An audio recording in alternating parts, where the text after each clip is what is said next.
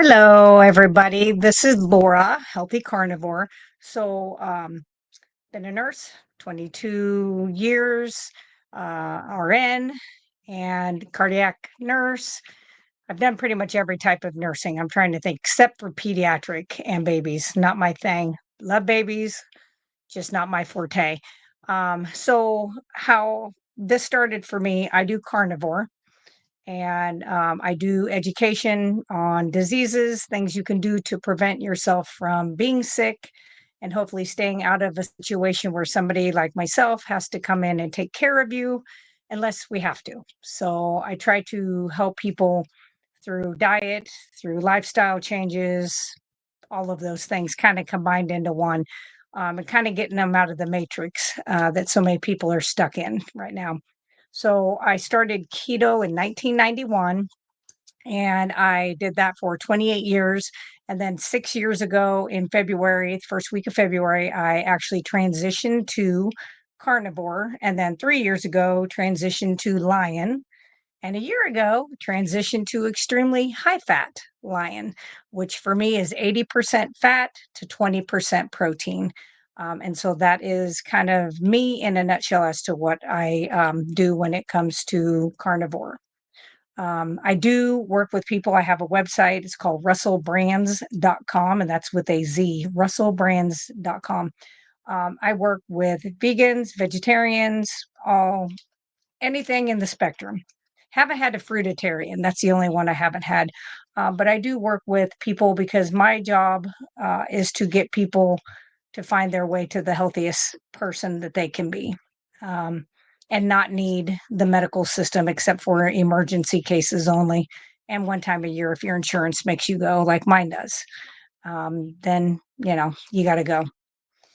If you want to keep your insurance, which I really actually don't care because I go once a year and I feel like I pay more premium than I will ever use up. And I have catastrophic insurance like Aflac if I needed it. So I really should just probably keep it and say forget the other.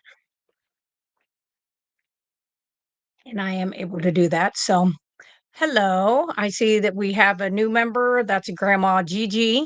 And then hi Karen, how are you? It is warm here. I may ditch the jacket. Although this room stays kind of cool. This is my room where I make all my products and stuff. So it does tend to stay on the cooler side in here, but it's like 71 degrees out. I don't know how we did not have a storm. And then the wind is like nuts. So tomorrow it will be a ponytail day, probably because the wind is supposed to be really crazy. So anyway, hey Tara, how are you? Um, I was glad that you said you were able to find those nasal things. I was going to show you. I have them up there, but I'm glad you were able to find that. So yeah. Hey T, 65 degrees. That is awesome. Awesome. Awesome. And T, I did get your stuff. I have it all printed off and have went over that and um, I'll probably do something. I'll get back to you probably Wednesday. Okay. So I'm going to go over tonight's information because it's a little longer than what I normally do because most people don't want to sit and listen to me jabber for eons. So let's see. Oh, well, thank you. Karen said, fantastic interview with Dante. Thank you very much. Um, yeah, sometimes it's nice. I like doing this, like where I talk about like the diseases and different things and things you can do because I love it. It's things that we can prevent or cure on our own. I absolutely love, but it's kind of nice to be able to go out there and throw out your story 100%, how deep, why, um, and get into all of the things that we've been going through for especially the last 4.5, 5 years. I think we just hit I think we just hit 4 years from when it March 1st, 3rd, something. Anyway, since the, holy hell, what happened. So, not doing that again. Yay. Anyway, so I'm gonna go over tonight's things. So, what I'm gonna go over are the top 3 diseases in the United States, and this is based on, prevalence and impact, okay? So, of course, we all know the first one's gonna be heart disease, which, if you sit back and think about it, heart disease In the 70s, we were told to not eat butter, not eat eggs, not eat red meat, take a statin starting in 87. Cholesterol's bad. Cholesterol causes heart disease. Well, I mean, it's such a big percentage of people. The amount of people who don't eat red meat drop their consumption down. Same with fats, butters, eggs, taking the statin, doing all the things. If that was the cause, wouldn't you think that heart disease would be going down? And instead, it is the number one, and that's in all age groups. Number two disease is cancer, which no surprise, if you're metabolically sick, you are at high risk of getting cancer. And then, of course, the trifecta ending is diabetes, metabolic syndrome. So, any metabolic syndrome is going to lead to these three things.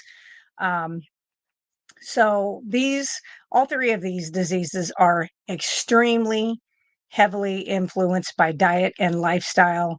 Um, some of it's environmental, things like that, but these are things that you can work on. There's things that you can do. So we're going to go over that. So anyway, the idea that high cholesterol directly causes heart disease comes mainly from epidemiological studies and older research, which now we know was not even true research because he didn't turn in everything. Like he had it in his documents, but it wasn't in the final documentation that was sent out to everybody. But the actual causation is not clear cut as once believed. So many modern studies challenge the cholesterol hypothesis and suggest that inflammation, insulin resistance, and metabolic dysfunction play a much larger role. So studies that originally linked high cholesterol to heart disease. One was the Framingham Heart Study that was done in 1947, and they've actually it's kind of been a rolling study, pretty much up to funding present. It was found.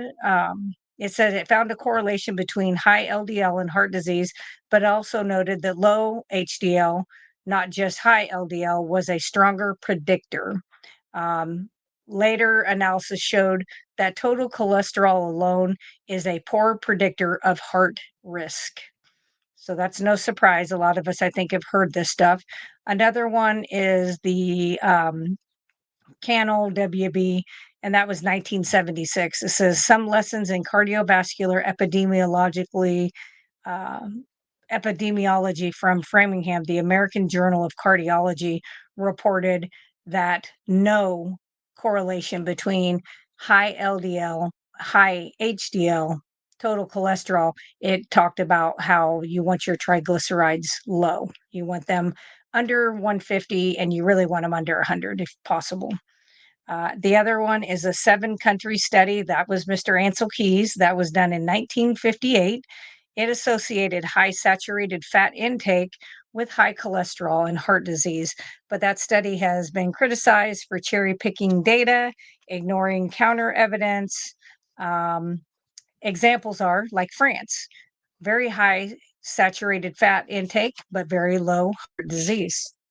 And I don't know if you know anybody who's went to some of these other countries, but they eat the breads and all the stuff, and they're like, I didn't have any side effects, didn't feel bad.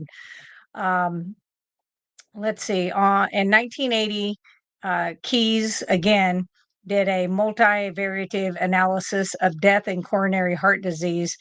This was put out by Harvard Press, and it showed the opposite of what his study in 1958 showed. But they put it out in a little teeny journal. They didn't put it out in the ones that go out to everybody and that the medical establishments would look at. It was like, here's a little tabletop folder type thing. That was it. So in 2016, um, they did they basically went back through and reevaluated like the Framingham, the 7-country study. They found that higher LDL was not linked to increased death rates in older adults, and that low LDL was actually associated with higher risk of all cause mortality, which we saw this during 2021, 2022, that the people who came in and were the sickest actually had the lowest LDL because then their immune system was in the tank, their vitamin D was in the tank. I mean, they did the most poorly. Didn't matter how their size was, didn't matter what other diseases they had. It really you could look at that and you could, without sounding morbid, we could be like, "This person's not gonna come off the vent. This person's not gonna come off the vent." Didn't matter if they were 35 and didn't have they had that just their LDL was in the tank, their vitamin D was in the tank. It just wasn't gonna turn out well. Um, let's see, So, and I do have these here that you can look at. In 2016, Ravenskov did a lack of association or an inverse association between low density lipoprotein cholesterol and mortality in the elderly.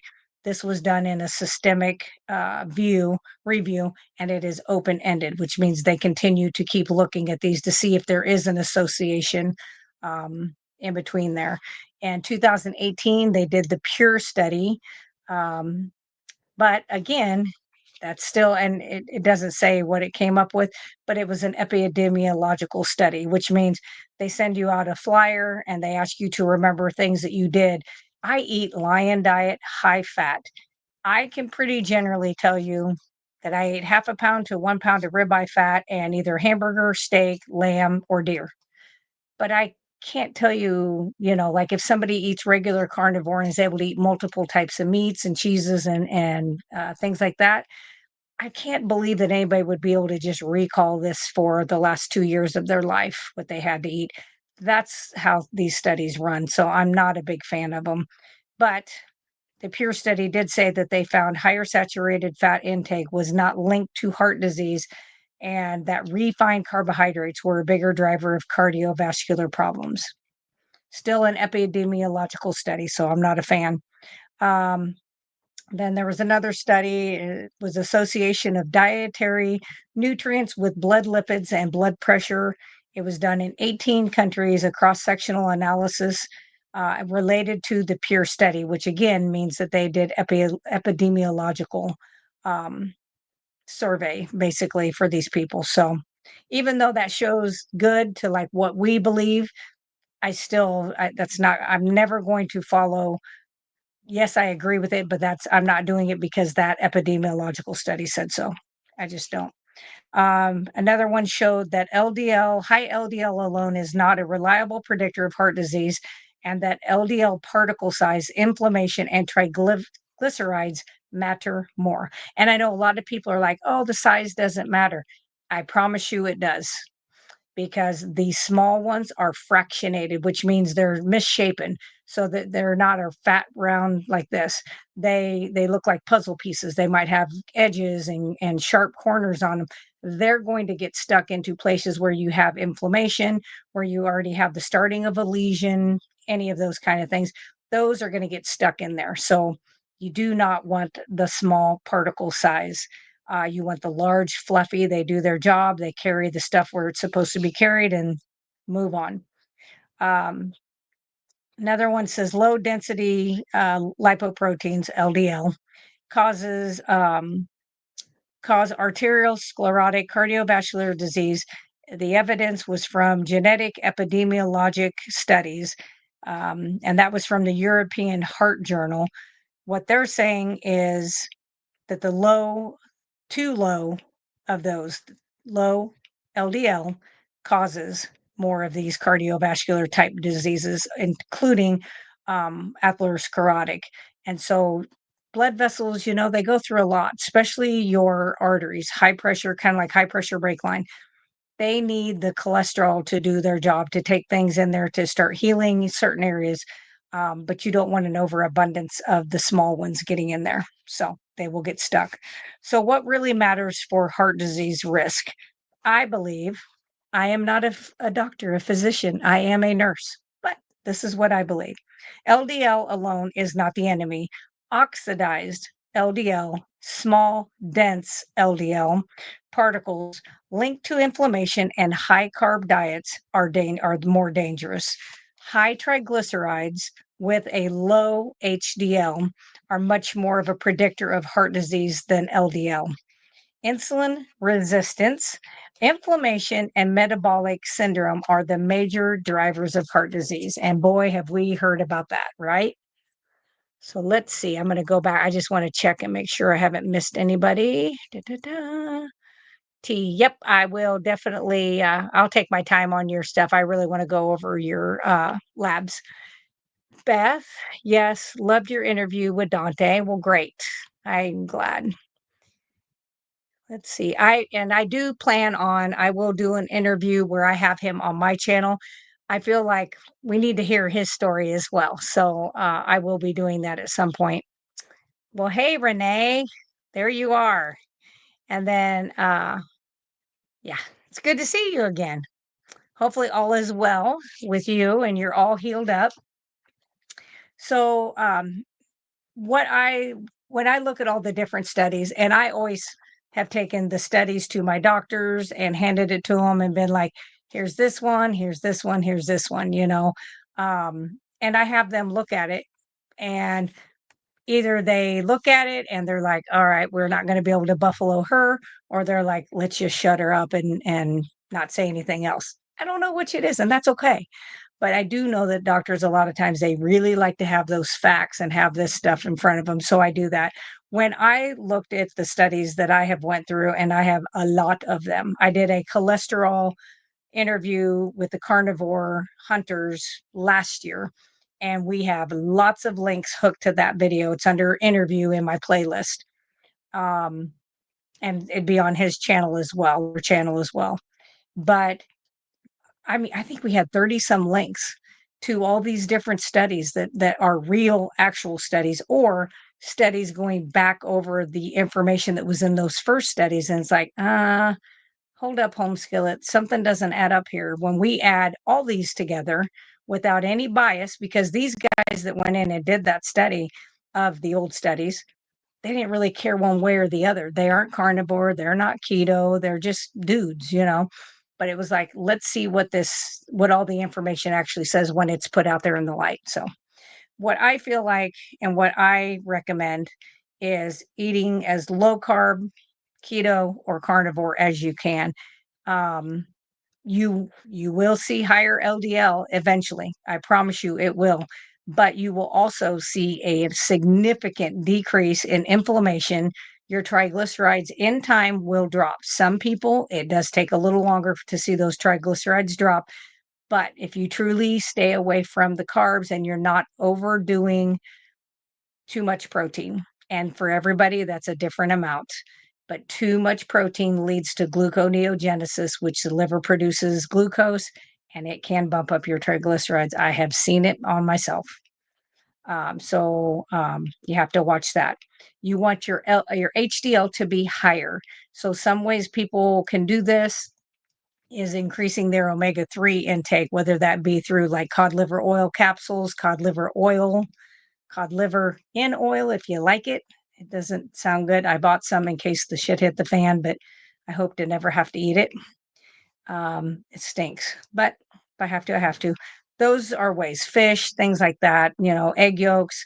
So that is better, if you would worry more about getting your HDL higher and getting your LDL to do whatever it wants to do, because our bodies are all different. So it's a carrier, it's a transporter. LDL is a transporter. It kind of drops off, picks up the things it needs to immune system, vitamin D, these kinds of things, and is like the driver and takes it to where it needs to be.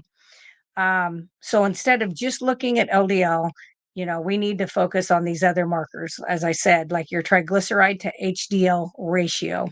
You want that really to be under 2, and even 1.5 but you want that to definitely be lower. But that's a ratio you can do where you take your triglycerides into your HDL number. Fasting insulin and CRP or ESR, SED rates, stuff like that. You want something that shows like your inflammatory markers, okay? Keto and carnivore diets can absolutely effectively reverse type 2 diabetes. I asked the question of this because diabetes is so prevalent. It's in our children. And I'm not talking type 1, I'm talking type 2, which used to be called adult onset diabetes.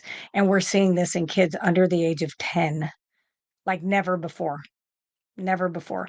So, changing your eating style and just really making it a lifestyle is going to help address the root cause, which is insulin resistance. Some doctors hesitate to use the word cure, but many, many people, I've had two patients that were my clinical patients for the job that I do as a nurse, not my clients, that are no longer diabetic after 2 years.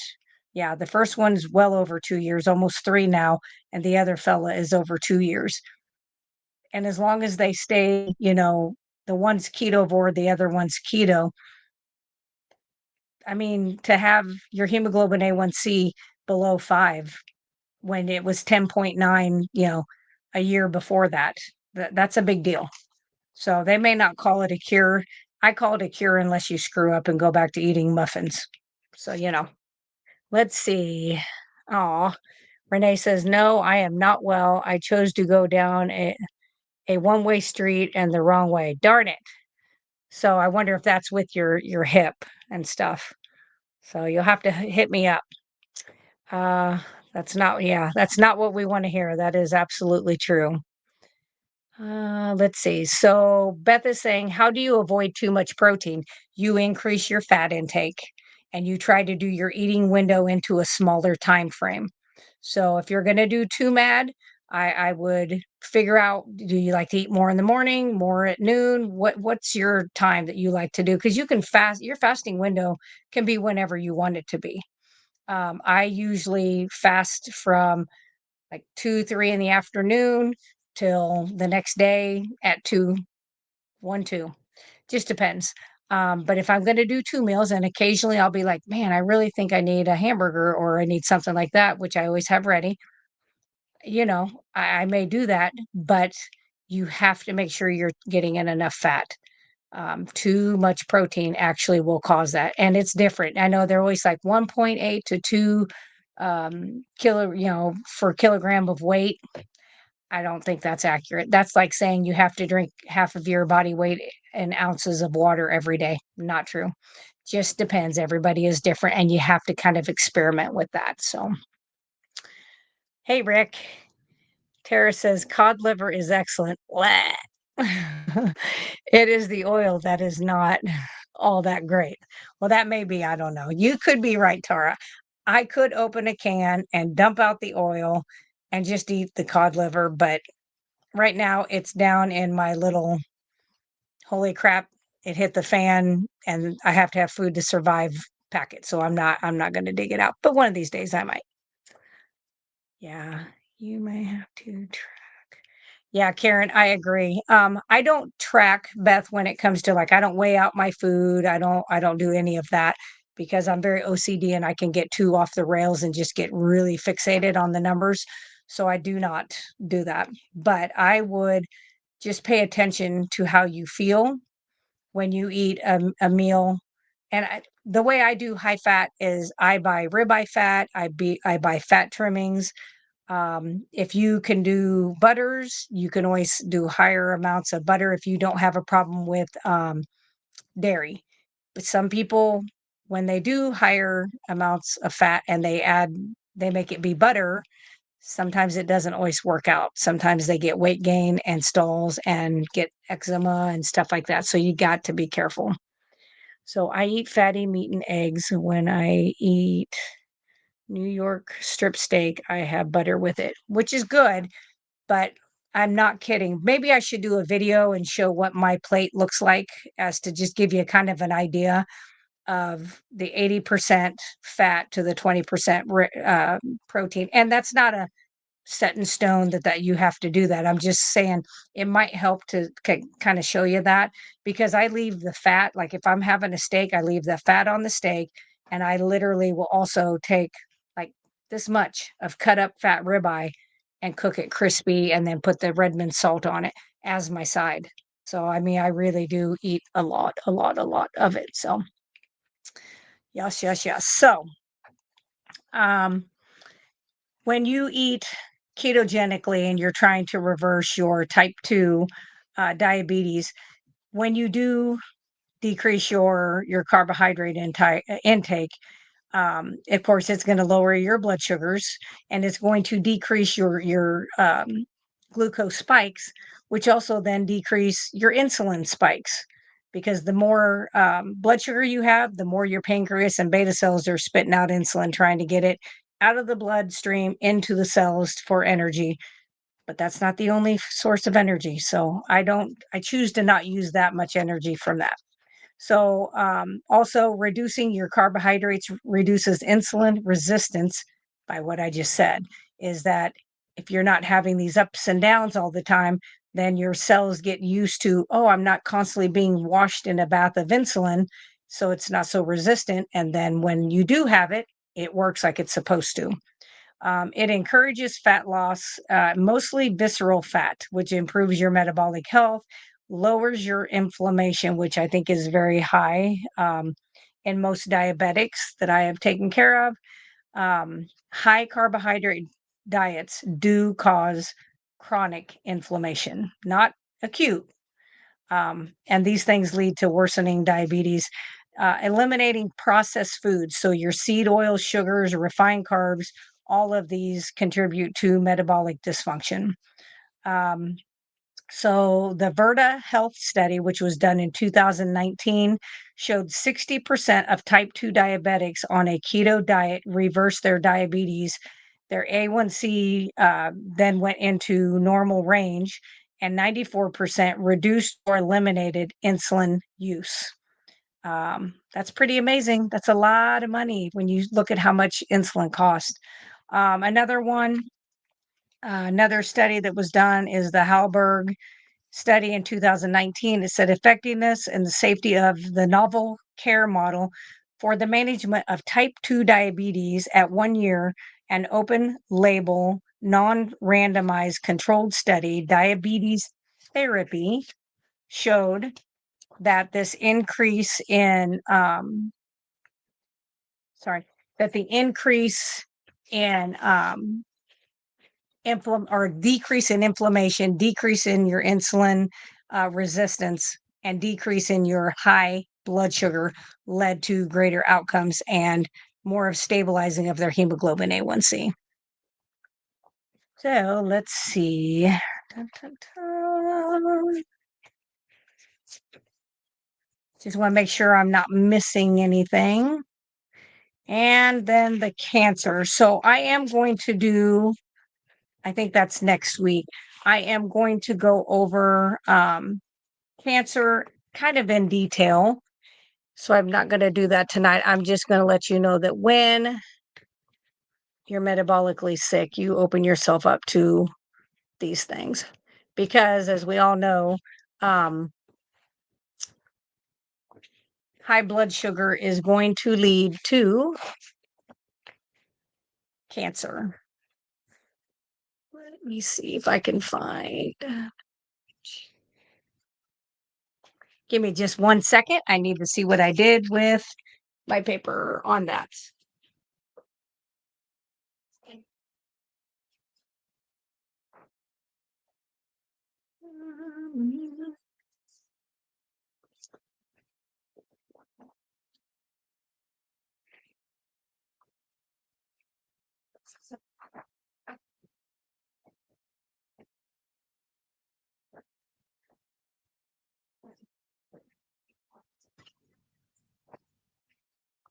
All right.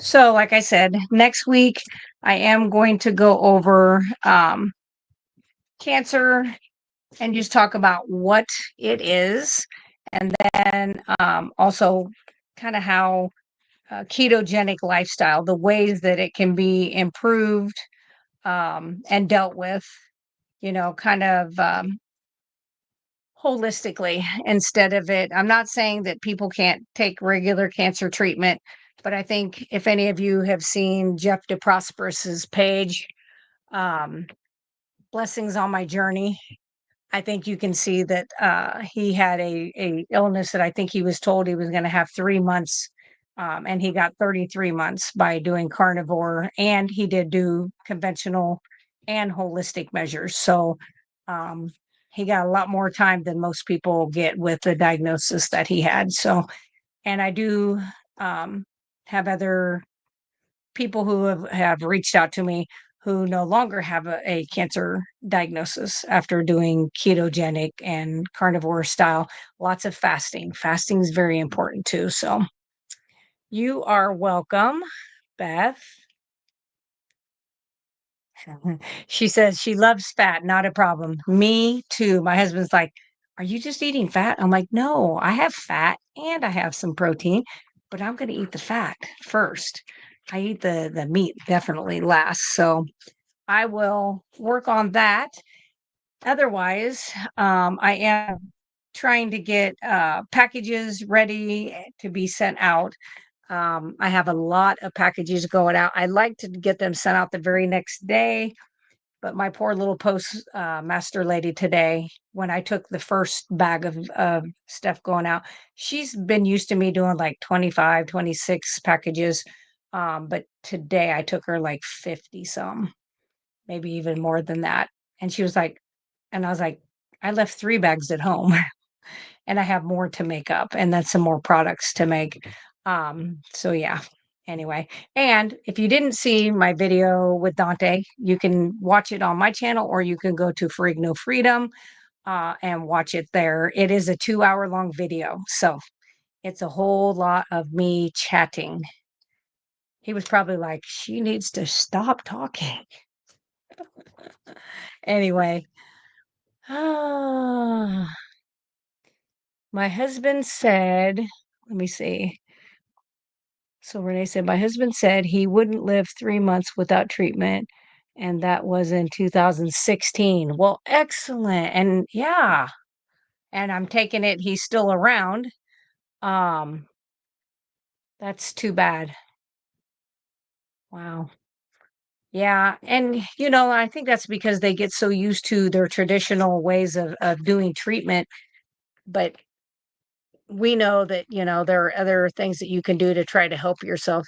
And even if it's not going to be 100% a cure, I still I'd rather sit around and eat ribeye and fat and butter and anything else. Um, so Renee says her husband is spunky as ever. That's what you had said before. So I thought, oh, I'm pretty sure. So that's good. So, and I don't remember, is he keto, carnivore, or just eats regular, but just maybe not quite as much junk, Renee? Can you remind us? Let's see. It was 2 hours of. Mm.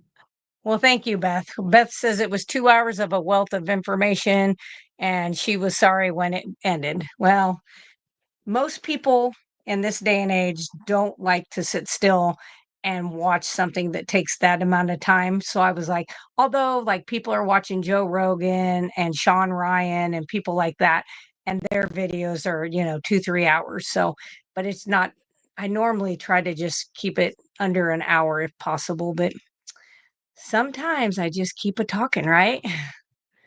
T says it was worth it listening for that time on what is right. Good job. And just for you guys to know, T calls me Doc, but I am not a doctor. So if anybody out there gets offended that she calls me Doc, I am a nurse. Very happily am I a nurse. I would not want to be a doctor in this environment right now. Although I do have some refreshing news that a physician told me who was inquisitive and wanted to pick my brain on metabolic health and things like that.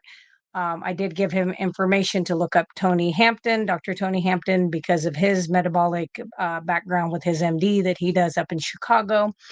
And, but it was just so nice to hear a doctor go, after being in practice, I kept seeing patients not getting better, not doing it. And I'm like, hmm. And I was like, oh, and he goes, and then I'm like, well, I need to do this. I need to do that. I need to be inquisitive. And I was like, medical curiosity. Wow, what a niche. Wouldn't that be nice if we had more people that were that way? But he actually said a lot more of these new doctors that are going to be coming out that kind of went through medical school during the whole debacle of 21, 22, and on. are a lot more inquisitive, a lot more of, I want to see the proof. Tell me how that works. Scientific. I want to be able to replicate that. Da da da. So yeah.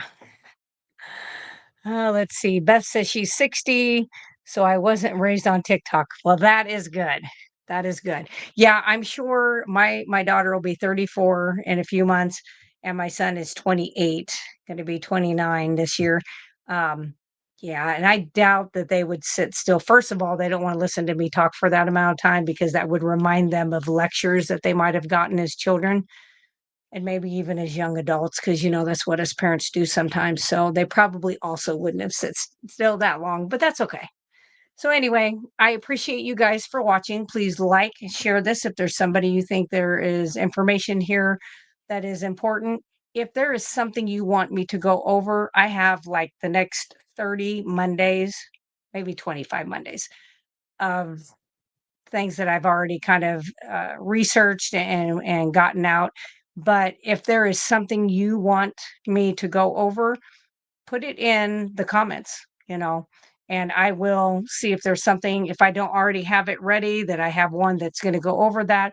I will do my best to dig and see what information I can find on that and bring that to as many people as possible. So don't forget to subscribe and hit the little notification bell because when I do go live, and every so often when I'm making my products, I will go live like on a Friday or Saturday. I'll put the computer out in the kitchen and while I'm making my products, I will go live. Those tend to be a little bit less PG and a little bit more, yeah, just me. They just a little more me, and not so much what YouTube necessarily likes, but that's okay. Hey, Simpson. Yeah. So thank you guys. I appreciate you. And I will for sure see you Monday. If I am caught up with all my orders and making products between seeing my patients during the week, um, I will see about putting out a video this week. And maybe I'll do a short just showing kind of what my plate looks like with that 80% fat to 20% kind of protein ratio, just so people kind of have an idea of what does that actually look like. It's delicious. So um, anyway, that's what works for me. So I appreciate you all. And you guys have a wonderful evening. And I will see you later. So, as I always say, meet, heat, eat, and repeat. See ya.